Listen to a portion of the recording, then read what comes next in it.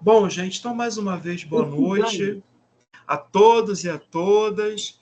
É sempre um prazer estar com vocês, mesmo assim à distância, mas é sempre bom estar aí com a minha turma querida de segunda-feira.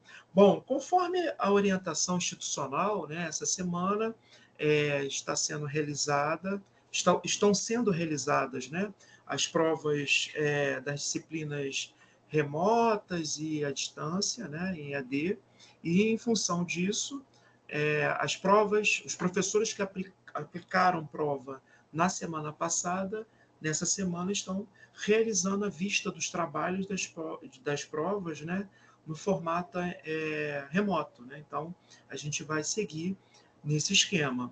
Eu estou começando agora porque eu estava esperando ainda, tinha uma aluna para fazer a prova oral, e aí eu tinha marcado entre as 18 e às 19, mas enfim, então por isso que eu marquei às 19 horas com vocês aí.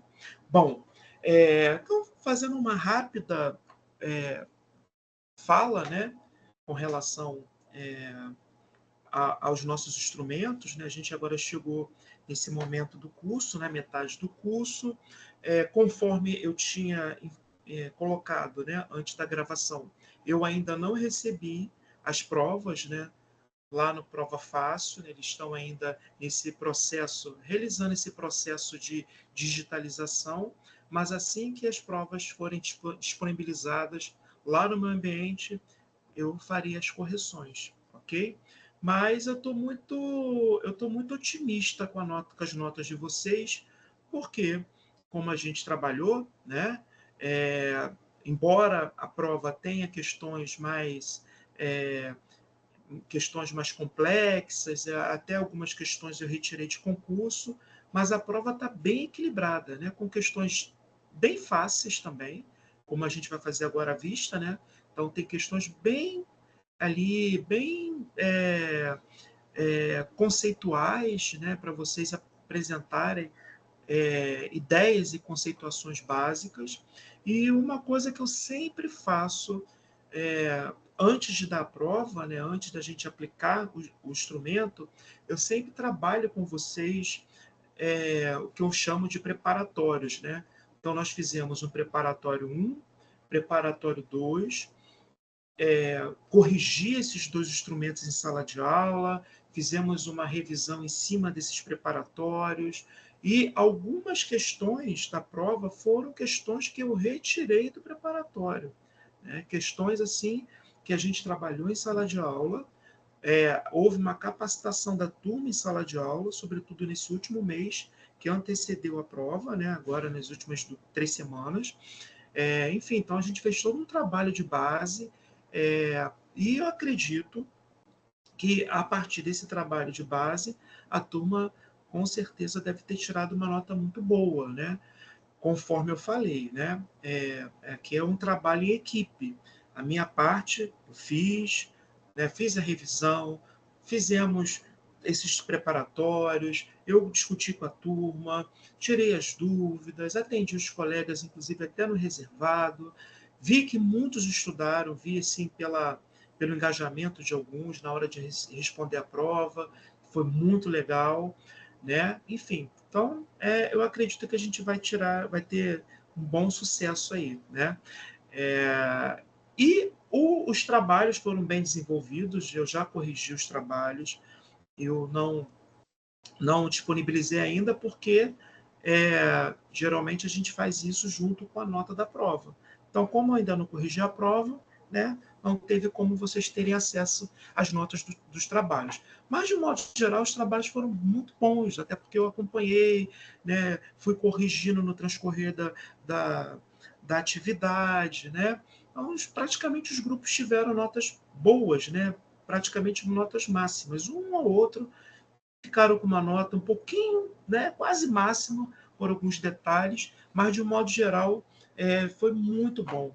Adriana, não estou sendo otimista, estou sendo realista. A gente fez um bom trabalho em sala de aula. Então, eu acredito que, em função desse bom trabalho, né, a galera, né, estudou. Né? A gente fez mapa conceitual, a gente fez resumo, né? Então, eu acredito que tenha sido uma boa avaliação, né? Bom, eu vou compartilhar aqui a prova, vou ler as questões e aí eu vou apontar as respostas que são corretas, né? Na verdade, eu já estou aqui com o gabarito, né? Que eu vou disponibilizar para vocês. E aí eu vou tirando as dúvidas, se tiver alguma pergunta, vocês poderão abrir o áudio sem problema nenhum, tá? E a gente vai fazendo a vista para a gente não se estender tanto, né? Porque eu sei que vocês estão aí nesse processo ainda de prova, então acho que não valeria a pena a gente prolongar muito, né? Deixa eu colocar aqui, só um minutinho, a prova, e aí a gente faz a Então, boa vista. noite. Tudo bem? Boa noite. Boa noite. A galera está chegando, já temos 25 É, colegas aqui. Opa, primeiramente, né, você furou comigo, hein? opa, não entendi, Felipe. Furou comigo, não foi lá tomar o gelo. Felipe, você me manda a mensagem.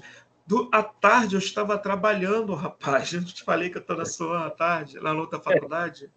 Mas não teremos outras oportunidades. No final de semestre, quando todos forem aprovados, aí a gente faz uma festa, né, e de comemoração. Né? A gente pode fazer isso.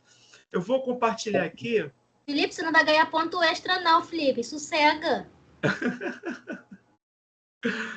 Eu vou compartilhar aqui com vocês a prova. Mas realmente, gente, eu tô muito otimista, assim, porque por mais que a prova tenha sido robusta, mas a turma deu conta, eu vi o trabalho de vocês, então acredito que todos vão se dar bem, né? Vamos lá, então. Primeira questão da prova. Como vocês sabem, né, o instrumento, a prova ela é randomizada, né? E aí as questões elas aparecem de forma, enfim, cada um recebe um formato, né, uma cronologia, então, mas eu vou seguir aqui o que eu disponibilizei lá no Prova Fácil, né? Se alguém quiser fazer alguma questão, alguma dúvida, tirar alguma dúvida, pode abrir o áudio, porque como agora eu abri o, o arquivo aqui da prova, eu não consigo visualizar o movimento de vocês no chat, né? Então vamos lá. Complete a lacuna e assinale a alternativa correta. Antes do nascimento da sociedade industrial, a qual, como se sabe, foi consequência direta das revoluções industrial e francesa, o tipo de estrutura social vigente que caracterizava uma sociedade estamental. Inclusive, a gente trabalhou, se eu não me engano, com uma questão dessa em sala de aula. Eu reforcei muito isso nas últimas aulas. A estrutura da sociedade francesa antes da Revolução era uma estrutura baseada em estados, portanto, uma sociedade estamental.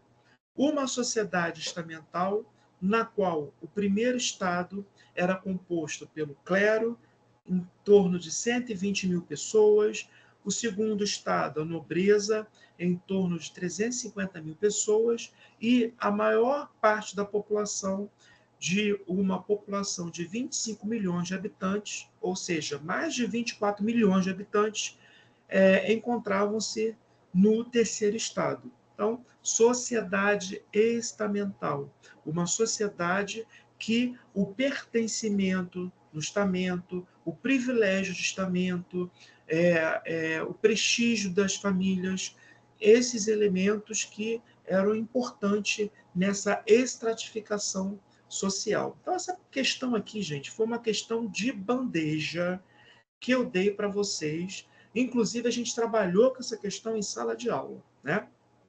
Bom, segunda questão, inspirada aqui num concurso público, se eu não me engano, também caiu dos preparatórios. A Revolução Francesa reflete a revolta contra uma sociedade dividida em ordens e baseada em privilégio. O mundo que os revolucionários destruíram e chamaram de antigo regime caracterizava-se pelo.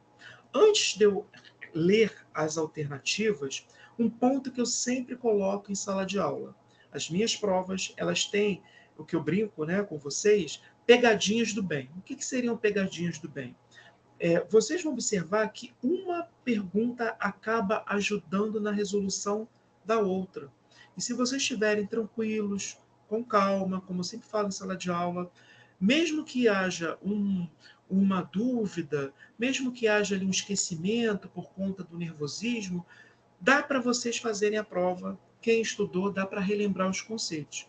Percebam aqui, gente, que eu estou aqui voltando, falando da sociedade francesa, a sociedade dividida em ordens. Então, quem, por alguma razão, tenha esquecido, daria para lembrar aqui, até por conta das outras questões que eu acabei de mencionar e as próximas também, né? Então, vamos lá. O mundo que os revolucionários destruíram e chamaram de antigo regime caracterizava-se pelo poder absoluto da monarquia francesa, envolta em uma série de privilégios que ofendia a miséria dos pobres camponeses, membros do terceiro estado, obrigados a pagar a maioria dos tributos.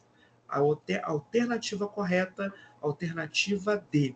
Por que as outras estão erradas? Então vamos ver aqui o erro em cada uma dessas outras alternativas. A. Por que a A está errada?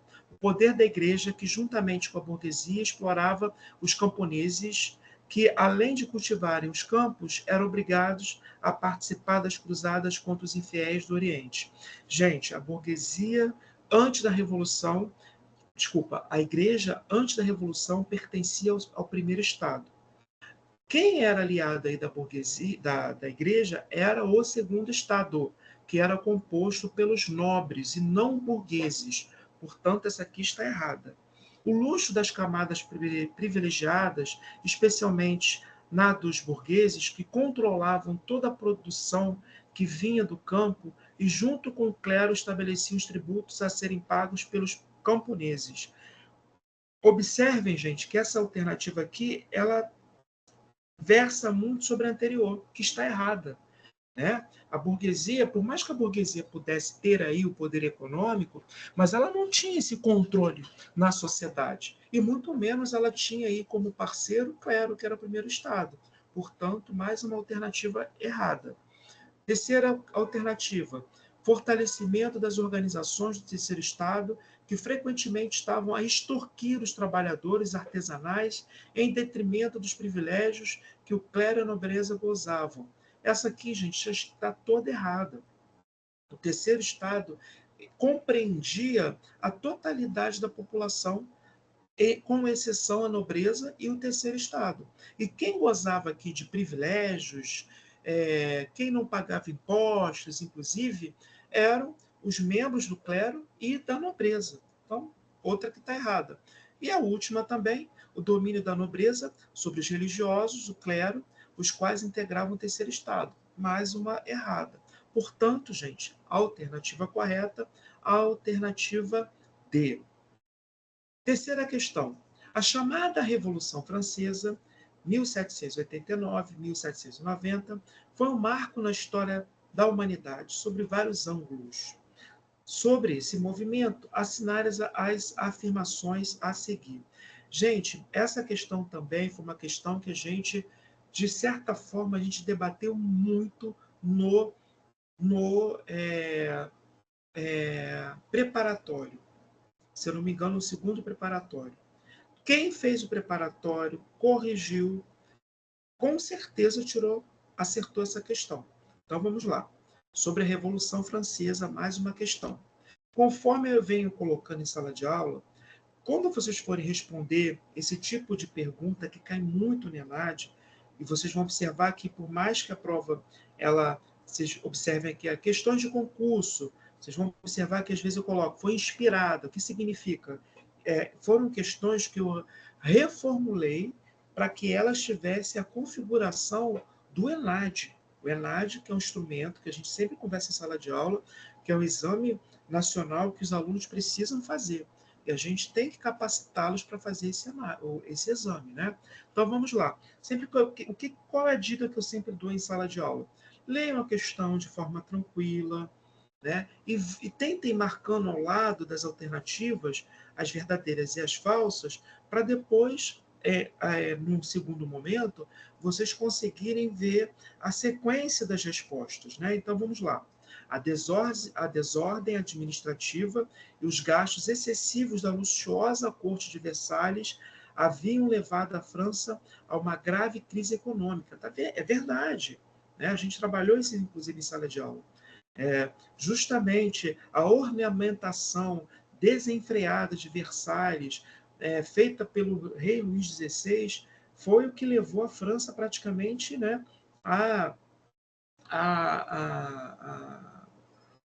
falência, né? E isso acabou trazendo aí muita insatisfação por parte da população. Então, tá verdade, está correta. O absolutismo de Luís XVI era moderado. Gente, a gente viu em sala de aula que o rei Luís XVI, enquanto rei absolutista, ele agia com mãos de ferro, né? Ele era um líder extremamente rigoroso, né?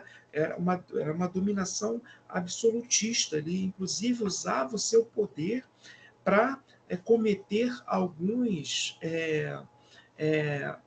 arbitrariedades. Então, a segunda está errada, né? Então, aqui a primeira está certa, fazendo aquilo que eu ensinei à turma, né? Falsa. Então, vou botar verdadeiro e falso, que é melhor. Verdadeiro, falso. O peso dos votos na Assembleia dos Estados respeitava a proporção populacional de cada segmento. Falsa.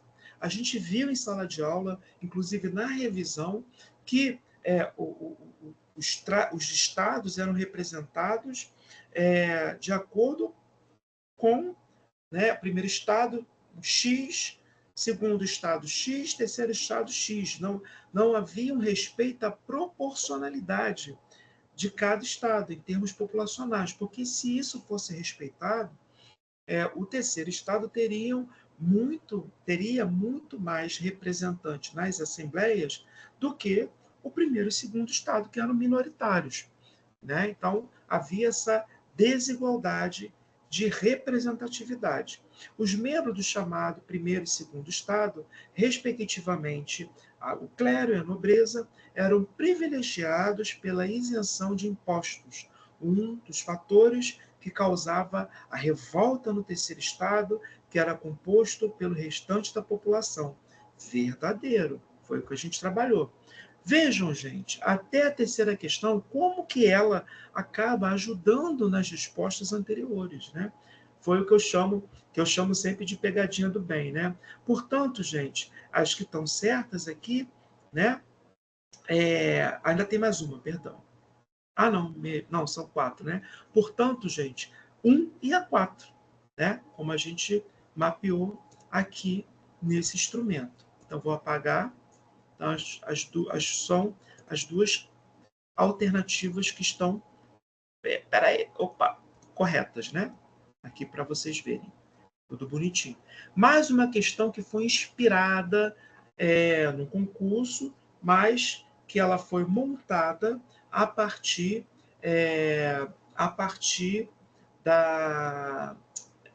das orientações que a faculdade, né, a Univasora, ela nos dá para que a gente formate a prova na estrutura de provas que são cobradas, né, de questões que são cobradas no ENAD, né? Então, vamos lá.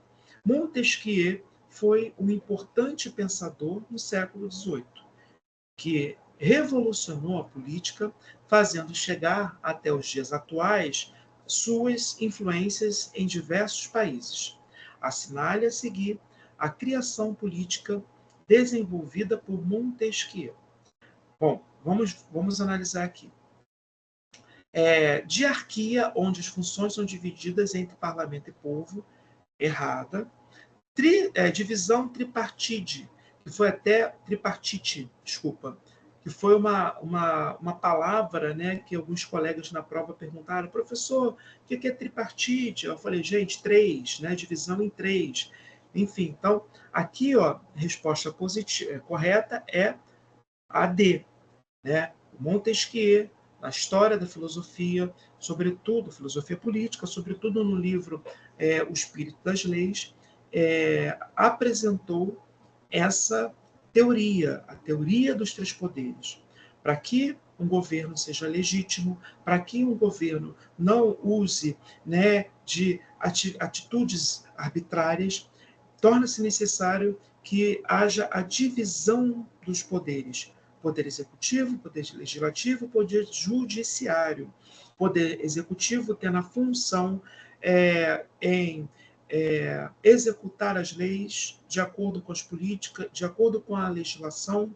O poder legislativo é o poder que vai criar novas leis, né, que vão emanar do Estado, e o poder judiciário é aquele poder que vai se especializar no julgamento de pessoas, grupos e instituições que, por alguma razão, se colocaram de forma contrária às leis que emanam do Estado. Alternativa D, B, B de bola, portanto, correta. Democracia direta, em que os cidadãos decidem os acontecimentos políticos, errada. Desenvolvimento dos sindicatos como forma de organização dos trabalhadores, errado. Divisão dos poderes em executivo, legislativo, judiciário e poder moderador. Os 4 poderes que eu acabei de mencionar, eles foram instituídos no Brasil a partir da primeira Constituição no período imperial, em 1824. Então, gente, portanto, a alternativa correta, letra B. Aqui a questão, né, a apresentação aqui do hino da França. O hino da França, da Revolução Francesa, que mais tarde se tornaria o hino da França, reflete muito o espírito de luta e sede de mudança que se expandiu principalmente entre os burgueses, em muitos casos, apesar de possuírem condições econômicas, não possuíam a participação política desejada. Foi um outro ponto que eu trabalhei com vocês em sala de aula. Na história humana, é muito recorrente o fato de grupos que ascendem numa determinada condição econômica favorável. Esses grupos, portanto, que têm o poder econômico, são aqueles que vão brigar, que vão pleitear por poder político. Foi o caso da burguesia. Antes da Revolução Francesa, a burguesia, a alta burguesia, sobretudo na França, ela tinha, né, já todo um poder econômico. No entanto, ela não tinha poder decisório, poder de estar ali na política. Enfim, então aqui é a alternativa correta. As demais estão erradas. Sexta questão. As tentativas de barrar a radicalização da Revolução tornaram-se claras quando foi promulgada a nova Constituição Francesa em 1791. Ela transformou a França numa monarquia constitucional e frustrou aqueles que esperavam que a França seria uma república com ampla democracia. Com isso, a Assembleia Constituinte transformou-se em Assembleia Legislativa, considerando, então, os 2 grupos políticos que marcaram a Revolução Francesa. A respeito da vertente dos jacobinos, é correto que se afirma em lutou por profundas mudanças sociais que beneficiariam o povo. Alternativa correta, letra D. O que nós estudamos? Nós estudamos que até a Revolução Francesa houve uma união praticamente total, né, dos terceiro Estado em contrária, né, uma união contrária, aí, uma frente única contrária ao segundo e ao primeiro estados. Ou seja, a população em geral se uniu contra a nobreza e o clero, que eram os 2 estados que tinham privilégios, né, que tinham direitos, enfim. que representavam aí o antigo regime. Após, a partir do momento que os revolucionários tomam o poder na França, nós vamos observar que esse grupo ele vai rachar em duas grandes principais tendências. Nós vamos observar, né, pensando aí as maiores tendências, né, os girondinos e os jacobinos. Os girondinos, se a gente pensar a composição nas assembleias, né, os girondinos eram os representantes da alta burguesia, que defendiam os interesses, portanto, da burguesia, que defendiam que a revolução deveria ocorrer de forma mais branda, moderada, que alguns privilégios deveriam ser mantidos, né? Algumas estruturas da sociedade francesa deveriam ser mantidas. Esse grupo se sentava mais à direita, enquanto que os jacobinos sentavam-se mais à esquerda. Um grupo que representava as camadas populares das cidades, os comerciantes, os intelectuais, a média burguesia, um grupo que vai defender uma mudança mais acentuada na estrutura da sociedade francesa, um grupo que, portanto, vai defender uma participação mais efetiva da população no transcorrer da Revolução, vai defender o voto universal para todos. Enfim, então, a alternativa correta é que a letra C de casa. Outra questão.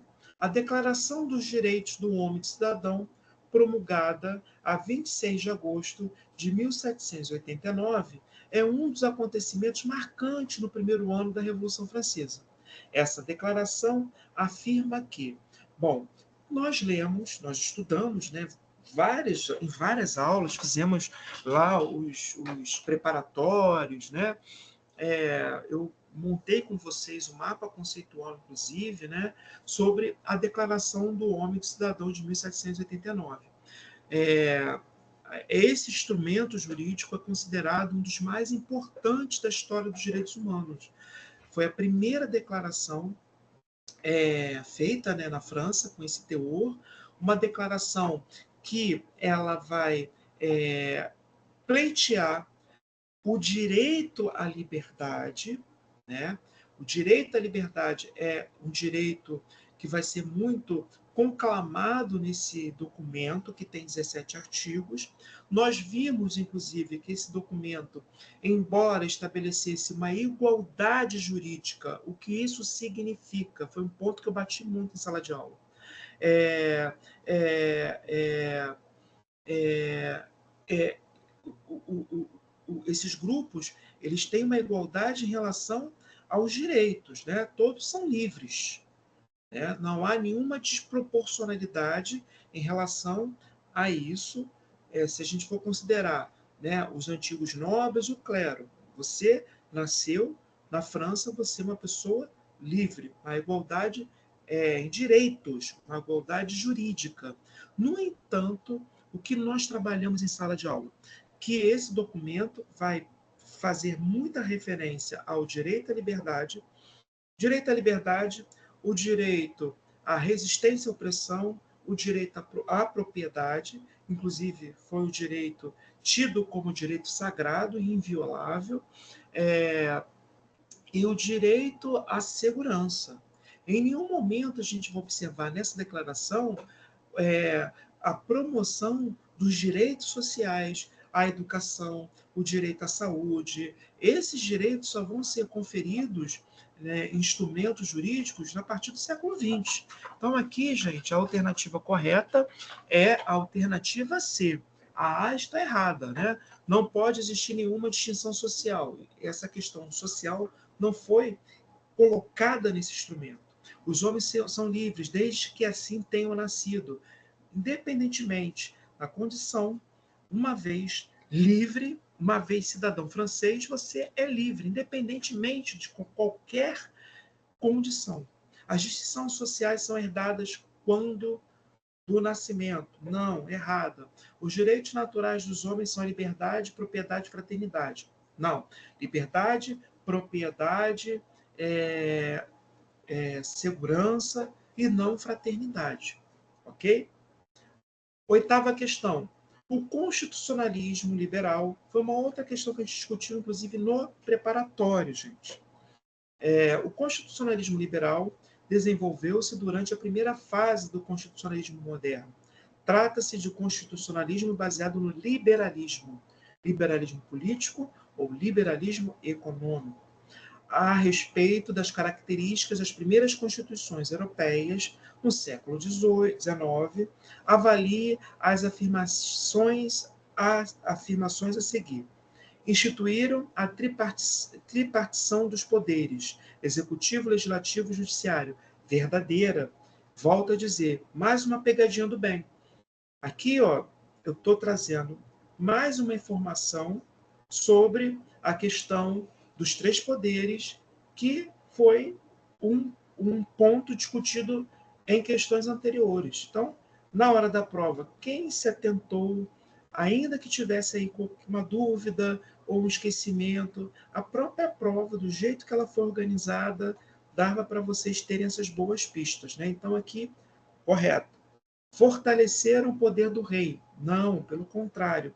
Nós vimos que as primeiras constituições europeias forjadas, né, criadas no século XIX, foram constituições que, até pela própria criação dessas constituições, o poder do rei foi limitado. Então, aqui está errada. Então, aqui vamos colocar, né? Então, aqui, verdadeiro, falso. Estabeleceram o direito, o direito fundamental à liberdade. Verdadeiro. Asseguraram o poder, a retomada dos senhores feudais. Falso. Né? Essas constituições, elas asseguraram a monopolização da burguesia juntamente com o rei no poder. Instituíram direitos sociais. Falso. Os direitos sociais somente serão instituídos, né? Somente foram instituídos a partir do século XX. Então, portanto, aqui, gente, qual é a correta? A alternativa C. 1 e 3 são verdadeiras. Deixa eu só apagar aqui. Nona questão. O Estado liberal ou Estado liberal de direito é um modelo de governo baseado no liberalismo, desenvolvido durante o iluminismo, entre os séculos 17 e 18. O liberalismo se opôs ao governo controlador e centralizador do Estado absolutista, que tinha como principais características o acúmulo de riquezas, o controle da economia e uma relação de autoritarismo entre o governo e o povo. Sobre o Estado liberal, é correto que se afirma em. Isso aqui também a gente trabalhou incansavelmente em sala de aula, inclusive dois preparatórios. Tinha uma questão parecida, se não a mesma, que essa aqui. Né? E esse tema foi debatido na nossa aula, na nossa disciplina, e também é um tema que é muito discutido em economia política que vocês fizeram. Né? Então, portanto, aqui, gente, a alternativa correta é a autorregulamentação, regulação dos mercados. Baseou-se na autorregulação dos mercados.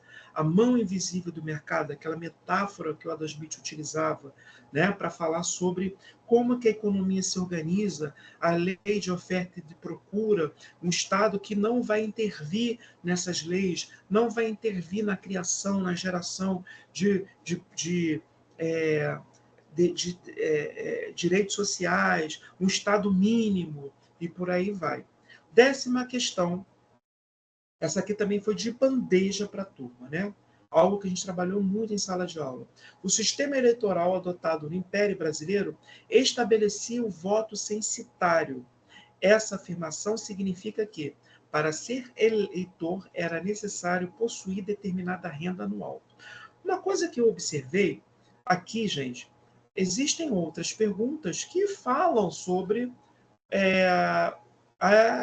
o sistema eleitoral da época, que são respostas que falam sobre pontos que, de fato, eram verdadeiros. Mas percebam uma coisa, aqui eu estou perguntando sobre o que é um voto censitário.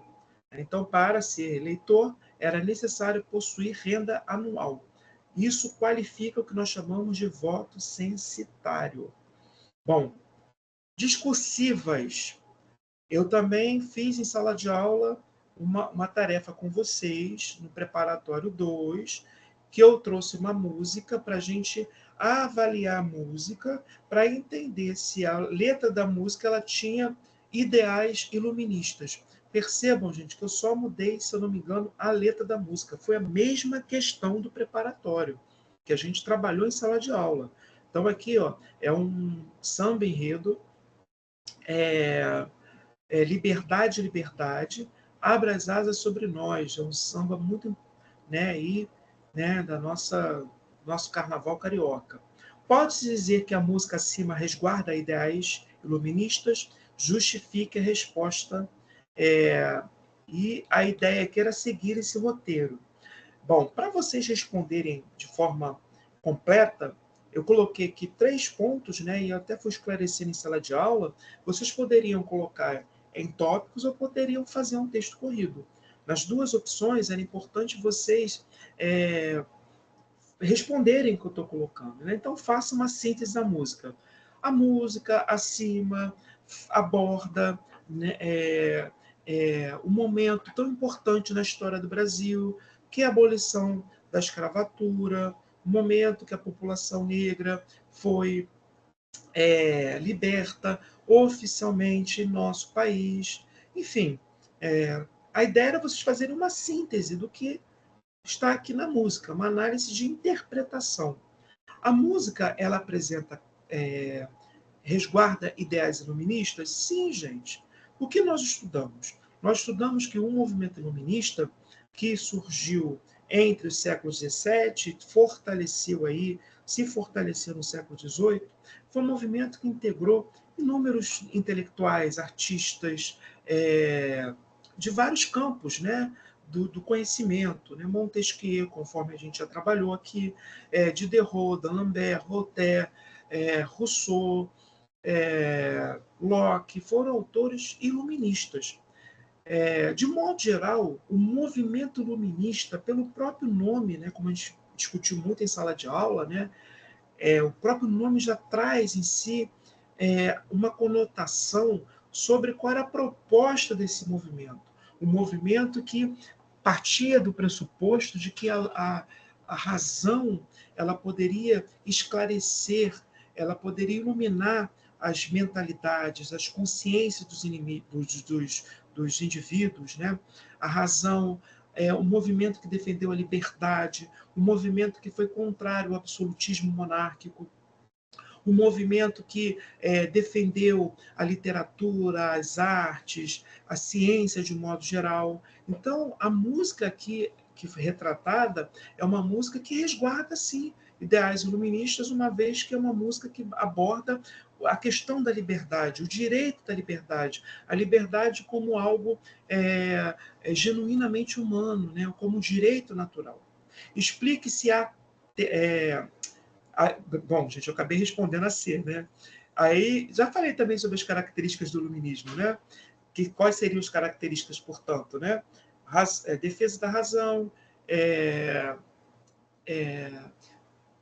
a busca da autonomia, da liberdade, movimento anti-absolutista, um movimento que vai defender as ciências, a literatura, a arte, um movimento a favor da filosofia, da ciência, e por aí vai.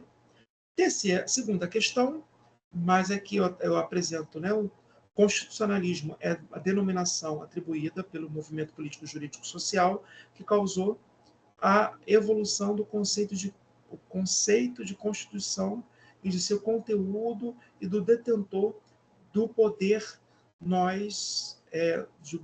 nos Estados. Desculpa aqui, gente. Com base no texto acima e nas discussões realizadas em sala de aula, responda de que modo a Declaração do Homem Cidadão de 1789 influenciou as primeiras constituições europeias no século XIX.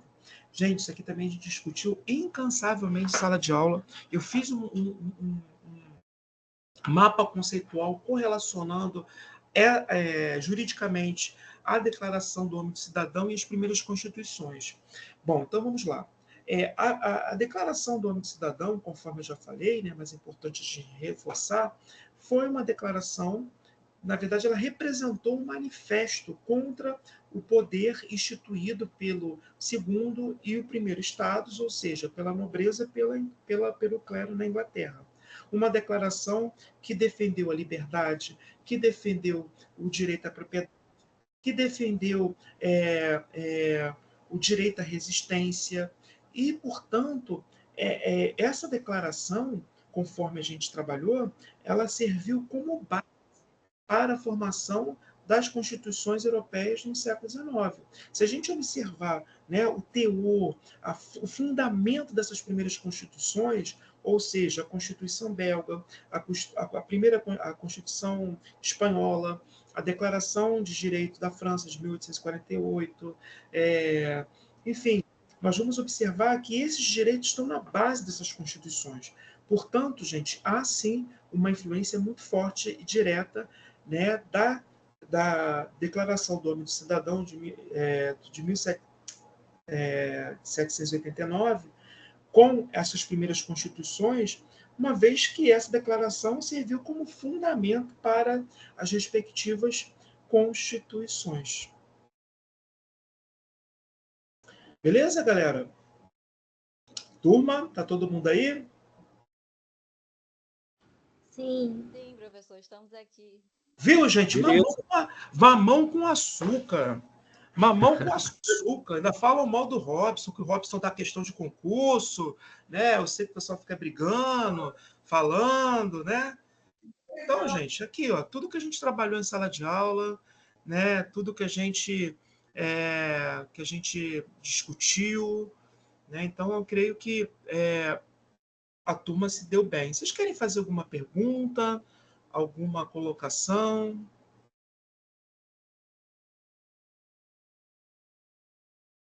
Hein, gente? Professor, aqui é a Ana. Eu tô meio perdida, porque como nós já fizemos prova de outras matérias, aí vem na cabeça a confusão mental, se marquei correto ou não, porque justamente foi a primeira prova, na segunda-feira. Aí tivemos na quarta e na quinta outra. Então, sem a prova na mão, fica um pouco difícil a gente saber o que acertamos e o que erramos. Pois é, Ana, assim, como eu falei, né? Eu não tive ainda acesso às provas, né? Ainda não está ainda disponível para a gente lá no Prova Fácil.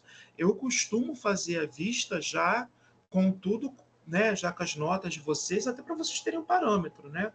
Mas, de qualquer forma, eu já estou comentando, né? Conforme foi aqui as respostas, mas aí a gente pode fazer a gente pode fazer alguns esclarecimentos em sala de aula, né?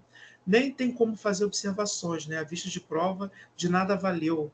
Não valeu, Cassiano? Pelo menos vocês vão saber aqui o que está sendo correto, né? Pelo menos algum spoiler eu consegui dar para vocês, né? Eu sei que a galera fica preocupada, gente, mas faz parte, né? Assim, a gente faz provas, né? Mas e uma coisa que eu quero colocar para vocês, gente, é, né? A gente já tem uma relação boa, né? Eu gosto muito da turma. Gente, prova não. A prova é uma indicação de um processo realizado. A prova, ela nos ajuda a fazer uma avaliação, se a gente está, né, de boa, se a gente está aprendendo, se não está aprendendo, se o instrumento está aquém daquilo que foi cobrado, que a gente também, eu faço muito essa autocrítica, né? Eu gosto também que vocês me deem esse retorno, né? Eu acho que é legal essa relação que eu tenho construído com a turma de verdade, né? Da mesma forma que eu critico, que eu brigo, que eu elogio, eu sempre abro um espaço para vocês também trazerem as demandas de vocês, né? Agora, tudo que a gente trabalhou na prova foi o que a gente desenvolveu em sala de aula, né? E muitas questões a gente trabalhou e eu acabei dando esse bônus para vocês, trazendo essas questões para a prova. Enfim, então, eu creio que a turma, de modo geral, se deu bem, né? Mas vamos aguardar. Mas é aquilo, gente, ainda que algum colega não tenha tirado uma nota tão satisfatória, a gente tem que pensar que é a primeira avaliação, a gente tem que pensar que terão outras avaliações, daqui a pouco teremos o projeto de extensão. Geralmente os alunos fazem ótimos trabalhos, os grupos tiram notas muito boas, as notas dos trabalhos também foram muito boas, assim, os grupos estão de parabéns, assim, fiquei muito satisfeito, né, com a maneira, né, com o engajamento da turma. Enfim, então, não fiquem preocupados com isso. Se alguém, por acaso, não tirou uma nota tão legal, gente, a prova não define o aluno, a prova é uma indicação de um trabalho feito. Então, digamos, se eu fosse aluno, se eu tenho, sei lá, tirei 6. E isso é um recado que eu dou não só para mim, não, tá, gente? Para qualquer prova. Tirei 6, eu vou fazer uma autoavaliação. Tá, eu tirei 6, mas será que eu estudei, né, da maneira como eu deveria estudar? Será que eu me empenhei? Né? Será que eu parei para estudar? Né? Acho que é uma autoavaliação que a gente tem que fazer. Né? Como eu sempre falo para você. Estudar, né? estudar em cima da prova não é uma estratégia muito legal, né? Mas, enfim, então acredito aí que a gente vai ter boas notas, né? E assim que eu tiver, gente, assim que aparecer lá as provas de vocês, lá no Prova Fácil, eu vou corrigir e vou liberar a nota para vocês não ficarem tão ansiosos. Beleza, gente? Ok? Alguma questão que vocês queiram colocar? Já pode ir embora? Felipe, para a alegria total de todos, sim. Hoje era só a vista de provas, não tem muito que a gente desenvolver, não. Até porque vocês ainda estão em outros processos de provas que não valeria a pena, não seria producente a gente começar aqui com matéria nova, né? Só sugiro que vocês... Eu vou colocar lá no AVA já a programação da semana que vem, e aí já vou dar as indicações para vocês já começarem a estudar aí para os novos textos e as novas questões que a gente vai trabalhar. Beleza? Bom, então Beleza, beleza. a prova foi disponibilizada, Jéssica, no Prova Fácil? Eu vou ver isso agora. Se foi agora, porque Foi, até... mas não tá com nota, professor, tá sem nota. Tá Tá lá só aparecendo, como mas se tá sem nota. fosse feita a prova, só marcou presença, mas não tem prova lá, não. Eu vou até... Não, vou tirar essa dúvida agora, porque até 5 horas a prova não estava lá. Só um minutinho, gente. Eu vou dar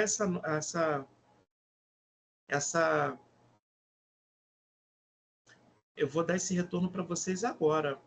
Porque, mais do que vocês, gente, eu quero logo terminar com a correção, porque eu tenho outras tarefas. Então, esse atraso...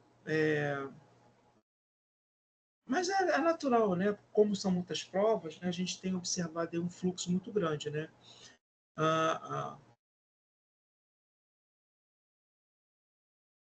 Deixa eu ver aqui.